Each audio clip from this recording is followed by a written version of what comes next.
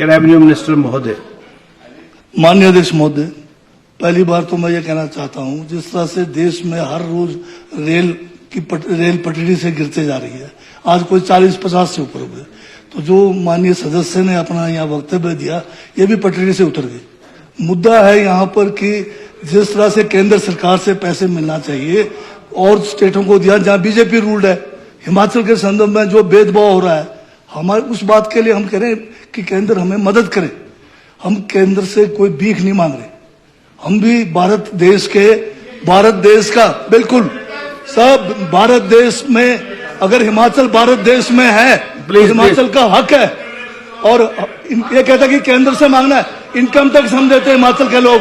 हम अब जब आप बोले मैंने एक शब्द नहीं बोला, ये बोल रहे थे मैंने एक शब्द नहीं बोला। सर ये क्यों उठ गए? Permission sir, you have not given permission to speak, why he is interrupting sir? This is not the way sir, this is not the way. हमने पूरा एक शब्द नहीं बोला इनके बीच में sir, this is not the way. He can not interrupt. Sir Jairam ji कैसे खड़े होकर बात कर सकते हैं? आपने परमिशन नहीं कर सकते आप, ये नियमों के तहत चलता सदन, जयराम जी की मर्जी से नहीं चलेगा। क्या कर लेंगे आप? Please take your seat. ये कोई बात होगी? मैं खड़ा हूँ, क्या कर लोगे? नियम करेंगे आपको बिठाने के लिए मजबूर, मैं नहीं करूंगा। प्लीज नियम के तहत आप नीचे होंगे। नहीं प्लीज क्या ये what क्या हो गया? Please take your seat. हो गया जो हो गया, दिख रहा है। Please take your seat. Sir मेरे संवैधानिक अधिकार को जब ये हनन करेंगे तो यही होगा।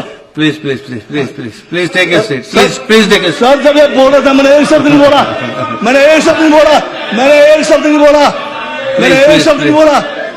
अध्यक्ष सर ये कोई तरीका है सर? प्लीज ये कोई तरीका है सर? Please conclude please. बकवास आप बकवास कर रहे हो, ये बकवास कर रहे हो, बकवास कर रहे हो। जयराम की बकवास सुनने के लिए बैठा हूँ यहाँ, मैं जयराम के बकवास सुनने बैठा हूँ। क्या किसी please take your seat. Please sir ये बोल please take your seat. Sir पागल हो क्या? आदमी है तू, क्या आदमी बकवास करता? Please take your seat. Please take your seat.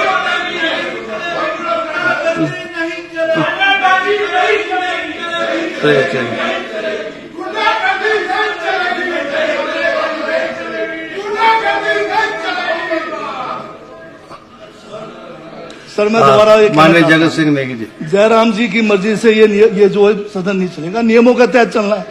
जब रणधीर शर्मा जी बात कर रहे थे, मैंने एक शब्द बीच में नहीं कहा, पर इन्होंने बहुत सारी बात मेरे डिपार्टमेंट से संबंधित कहा, तो मुझे पूरा अधिकार है अपनी बात रखने का। और उसमें ये बीच में जयराम जी आपने कोई परमिशन नहीं दिया, ये बिना परमिशन से जयराम जी खड़े क्यों होते? अगर ये इसी तरह से चलाएंगे, इसका मतलब जब ये इधर थे, मुख्यमंत्री थे, मैं उधर था, तब भी मेरे साथ ये व्यवहार करते थे।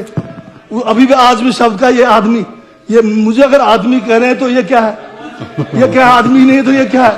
नहीं जयराम जी आदमी नहीं तो क्या है? बायोलॉजिकल आदमी है या कोई और तरह का आदमी है? मैं भी आदमी हूँ, जयराम भी आदमी है, या जयराम जी के सिर में 2 सींग लगे हुए आदमी है। प्लीज सर मैं ये कहना चाहता हूँ, नॉट बायोलॉजिकल सर, मैं ये कहना चाहता हूँ कि जो वक्तव्य जब डिबेट के बीच में जयराम जी कह रहे थे 2200 मकान, तो मैंने उस समय कहा कि 2200 नहीं 22,000, पर मैंने जब रिकॉर्ड देखे तो मैं भी गलत था। तो दूसरे दिन मैंने लिखित में आपके परमिशन से सदन को मैंने जो है स्टेटमेंट में करेक्शन की, क्योंकि ना तो 2200 मकान थे ना 22,000 मकान थे, टोटल 24,000 कुछ मकान पार्शल डैमेज, फुली डैमेज और गौशालाओं को मिलाकर था। तो मैंने उसी दिन करेक्शन कर दिया। फिर माननीय सदन में 4 दिन पूरा 130 पर आपदा के ऊपर डिस्कशन हुआ, 40 घंटे पूरे इसमें डिबेट हुआ, और उसमें माननीय पक्ष और विपक्ष के 30 माननीय सदस्यों ने इसमें अपना जो है पूरा समय दिया। और उसके बाद मैंने जवाब दिया। जब मैं जवाब दे रहा था, रणधीर जी और पूरी टीम जो है बाहर चली गई। मेरे जवाब देने से पहले ही बाहर थी, अंदर नहीं आए। अब आज वो जो कमी रह गई उसको पूरा करने के लिए इन्होंने किया। मेरा पूछना यह है कि क्या हमें एक हिंदुस्तान के संघीय ढांचे में एक प्रदेश होते हुए क्या हमें हक नहीं है?